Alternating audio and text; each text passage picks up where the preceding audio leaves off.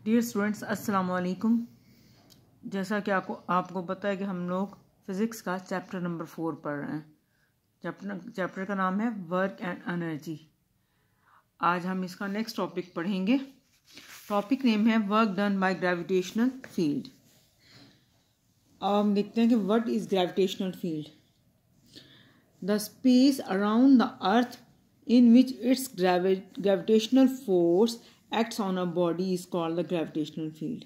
इनकी जो स्पेस है अर्थ के अराउंड, जहाँ तक उसकी ग्रेविटेशनल फोर्स एक्ट करती है किसी बॉडी के ऊपर, उसको हम ग्रेविटेशनल फील्ड कहेंगे। जब एक ऑब्जेक्ट जो है ग्रेविटेशनल फील्ड में मूव कर रहा होता है तो उसके ऊपर ग्रेविटेशनल फोर्स वर्क करती है, बॉडी वर्क करती है ड्यू टू ग्रेविटेशनल फोर्स। अगर डिस्प्लेसमेंट और ग्रेविटेशनल फोर्स की सेम डायरेक्शन हो या बॉडी डिस्प्लेस करे in the direction of gravitational force तो वर्क पॉजिटिव होगा, और अगर displacement against the gravitational force हो तो वर्क जो है वो नेगेटिव होगा। अब यहाँ पे हम कंसिडर करेंगे कि एक ऑब्जेक्ट है जिसका मास m है, बॉडी डिस्प्लेस हो रही है एक पॉइंट से दूसरे पॉइंट तक। अब यहाँ पे एग्जाम्पल हम ले रहे हैं कि एक पॉइंट ए है, दूसरा पॉइंट बी है। बॉडी एन ऑब्जेक्ट जिसका मास m है, उसने मूव करना है फ्रॉम ए टू बी, यानी कि उसने बी तक पहुँचना है। अब दो तरीक़ों से पहुँच सकते हैं इनके। ए से पहले वो डी तक जाए बॉडी ऑब्जेक्ट, और फिर डी से बी तक मूव करके फिर बी तक पहुँचे। जिसे ये एक रास्ता। दूसरा रास्ता क्या है, ए से सी तक जाए, सी से फिर बी तक वो पहुँचे, ये है दूसरा रास्ता। तीसरा रास्ता ये curved path, direct A to B, direct A से बी पॉइंट तक का जो रास्ता है वो तीसरा पाथ है। अब सबसे पहले हम देखेंगे कि work done by the gravitational जो है force along the path A D B, along the path A D B. अब इस पाथ को दो हिस्सों में स्प्लिट कर देंगे। पहले जो है ऑब्जेक्ट मूव करेगा फ्रॉम ए टू डी। अब देखें ए टू डी जब ऑब्जेक्ट मूव करता है तो इसकी डायरेक्शन जो है डी की तरफ है, और ऑब्जेक्ट जो है वो परपेंडिकुलरली हैंग कर रहा है, परपेंडिकुलर डायरेक्शन बना रहा है। किसके साथ? इस पाथ 1 के साथ।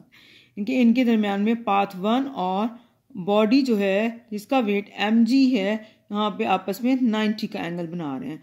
तो वर्क डन अलोंग जो है ए डी ज़ीरो हो जाएगा, क्योंकि cos 90 इज इक्वल टू 0। इस पाथ के अलोंग जो है वर्क डन 0 होगा। अब है दूसरा हिस्सा इसका कौन सा है, डी से बी तक। जब डी से बी तक मूव करेगा तो ये ऑपोजिट डायरेक्शन में मूव कर रहा है, क्योंकि देखिए ना जो वेट है वो डाउनवर्ड डायरेक्शन में है और जो है पाथ जो है वो अपवर्ड डायरेक्शन में है। तो एंगल कौन सा होगा? 180 degree. 180 degree cos 180 degree is equal to -1, जिसकी वजह से यहाँ पे वर्क डन जो है वो -mgh के बराबर होगा, क्योंकि डायरेक्शन ऑपोजिट है, डायरेक्शन ऑफ जो है उसकी motion of object to the displacement. अब यहाँ पे वर्क डन जो है in displacing a body from A to B through the path 1। From A to जो है बी तक जो है इस पाथ के थ्रू जब बॉडी मूव कर रहा है तो वर्क डन जो है क्या होगा? Work done WADB is equal to 0, क्योंकि हमने इसको दो पार्ट्स में डिवाइड किया था, A टू D और D टू B। जो A टू D था वो हमने कहा था कि वहाँ वर्क डन 0 है, तो 0 प्लस तो ये वाला वर्क डन जो है ये D टू B पाथ में उसने वर्क डन किया था -mgh के बराबर। तो टोटल वर्क डन क्या है? -mgh। अब हम दूसरा पाथ कंसिडर करेंगे ACB, A C और ये B। पहले बॉडी जो है ऑब्जेक्ट जो है मूव करेगा ए टू सी। देखिए मूव कर रहा है, अपवर्ड डायरेक्शन है, जबकि वेट जो है वो डाउनवर्ड डायरेक्शन में है। ऑपोजिट डायरेक्शन होने की वजह से एंगल 180 डिग्री होगा। तो यहाँ पे 180 डिग्री एंगल की वजह से जो है यहाँ पे वर्क डन जो बन जाएगा -mgh के बराबर होगा। जबकि सी टू बी जब है पाथ 2 है, ये सी से बी की तरफ मूव करेगा तो यहाँ पे ये परपेंडिकुलर डायरेक्शन बन जाएगी वेट की और डिस्प्लेसमेंट की। 90 का angle cos 90 is equal to 0। तो यहाँ इस पाथ के अलोंग जो है वर्क डन 0 हो जाएगा, और टोटल वर्क डन जो है वो होगा WACB is equal to -mgh plus 0 is equal to -mgh।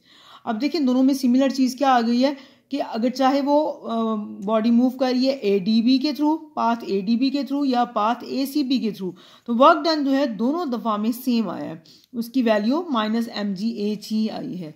अब तीसरा पाथ लेंगे जो कि कर्व्ड है, ये ए से बी डायरेक्ट उसका पाथ है। यहाँ पे देखिए इसको शो किया हुआ है ए से बी तक की कर्व पाथ को शो किया हुआ है। हम इसको जो है इस कर्व पाथ को जो है छोटे छोटे जो है सीरीज ऑफ हॉरिजेंटल और वर्टिकल स्टेप्स में इसको डिवाइड कर देंगे। हमने यहाँ पे देखा था इस फिगर में, पहले वाली फिगर में जो हमने देखा था कि हॉरिजेंटल डिस्टेंस में जो है वर्क डन 0 था, यानी कि there is no work done along the horizontal steps. यहाँ पे भी ऐसे ही होगा, जो हॉरिजेंटल स्टेप्स बनेंगे उनके अलोंग कोई वर्क डन नहीं होगा, क्योंकि यहाँ पे वेट जो है mg जो है वो परपेंडिकुलर है to the displacement. So work done जो होगा यहाँ पे ड्यू टू वर्टिकल डिस्प्लेसमेंट्स के थ्रू होगा। अब यहाँ पे WAB वर्क डन है इज इक्वल टू -mg है।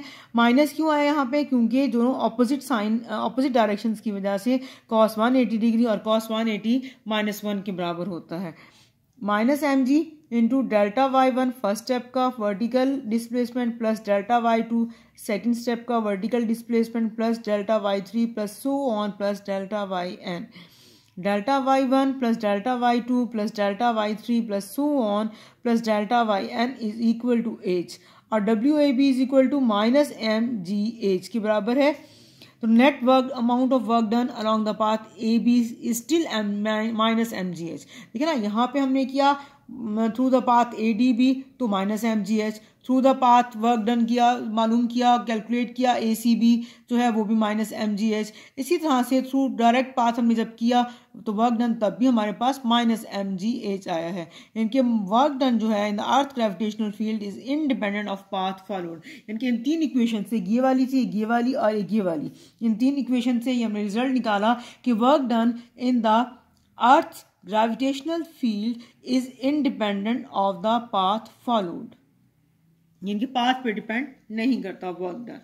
अब यहाँ पे देखें जो है कंजर्वेटिव फील्ड की डेफिनेशन हम देखेंगे कि the field in which the work done be independent of the path followed और या work done in a closed path be 0 is called conservative field. इनके ऐसा फील्ड जिसमें वर्क डन जो है वो पाथ पे डिपेंड नहीं करता या वर्क डन जो है क्लोज्ड पाथ में वो 0 हो जाए तो हम ऐसे फील्ड को कंजर्वेटिव फील्ड कहते हैं। इसकी एग्जांपल जो है वो ग्रेविटेशनल फील्ड की है, मैग्नेटिक फील्ड की है।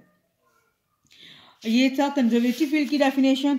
उसके बाद है फ्रिक्शनल फोर्स जो है वो एक नॉन कंजर्वेटिव फोर्स है। फ्रिक्शनल फोर्स क्या है? नॉन कंजर्वेटिव फोर्स है। अब नॉन कंजर्वेटिव फोर्स क्योंकि एक ऑब्जेक्ट जो है मूव करेगा, सारी बातें जो आपको पता है कि जब एक बॉडी जो है मूव करती है एक रफ सरफेस के ऊपर तो उसको मूव करने के लिए उसको फ्रिक्शनल फोर्स का सामना करना पड़ता है। फ्रिक्शनल फोर्स जो है इस पे एक्ट कर रही होती है बॉडी के ऊपर, और बॉडी की अपनी जो है फ्रिक्शनल फोर्स जो है वो नॉन कंजर्वेटिव फोर्स है because an object is moved over a rough surface between 2 points along different paths. A work done against the frictional force certainly depends on the path followed. इसके बाद अगला topic हम देख रहे हैं power का। अब पावर जो है छोटी सी डेफिनेशन देख लेते हैं। पावर की डेफिनेशन क्या है कि power is the measure of the rate at which the work is being done. Power is the measure of the rate, यानी कि पावर हमें रेट बताती है जो है जिस रेट के ऊपर वर्क इज बीइंग डन। अगर डेल्टा W जो है वर्क डन है in time interval delta T में, तो एवरेज पावर जो है वो किसके बराबर होगी? ये एवरेज पावर है is equal to delta W by delta T। इनके इंटरवल कितना है? डेल्टा T, और डेल्टा T में कितना वर्क डन हो रहा है? Delta W। If work is expressed as a function of time, यानी कि अगर इंस्टेंटेनियस पावर लेनी हो किसी भी लम्हे पर, लम्हाती पावर जिसको कहते हैं, तो वो P बराबर है, लिमिट लगा लेंगे, वो किसके बराबर होगा? डेल्टा T टेंड्स टू 0 और delta W by delta T। अब डेल्टा W जो है is the work done in short interval of time delta T in the following instant T। ये तो हमारे पास पावर की सिर्फ डेफिनेशन थी। This is the end of the topic. और अगर आपको नहीं समझ में आया तो आप इसका कमेंट बॉक्स में मुझसे क्वेश्चन कर सकते हैं। आपकी जो एडमिन है वो आपसे मुझसे क्वेश्चन करके इसका क्वेश्चन का आंसर मालूम कर लेगी और आपको बता देगी। Thank you. अल्लाह हाफिज़।